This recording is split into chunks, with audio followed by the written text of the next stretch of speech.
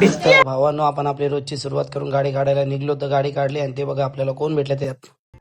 मैं क्या नमस्ते अंकल जी पहचानिया अपनी तीखी निगाहों से दिल चीर दे यहाँ बस भाई की चलती है. मग आपल्या बाबूचा बर्थडे होता तर बाबूला आपण बर्थडे गिफ्ट घेऊन आलो. त्या स्वतः रेखाताईने त्याच्यासाठी खूप छान गिफ्ट आणले आणि बघा भाईच्या घरी बर्थडेची तयारी चालू होती जोरामध्ये एकदम.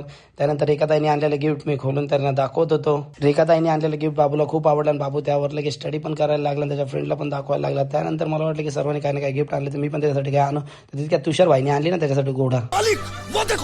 मोरे परिवार आणि शेळके परिवार एवढा भारी परिवार आहे मित्रांनो की तुम्ही रात्री 2-3 वाजता कधी पण जा, यांना चाय बोला नाही तर जेवण बोला, कधीच नाही बोलणार नाही यांच्या घरामध्ये. त्यानंतर माया भैयाचा बर्थडे होता मामाजवळ आर्यने चोथा केला आणि भाई मेरे भाई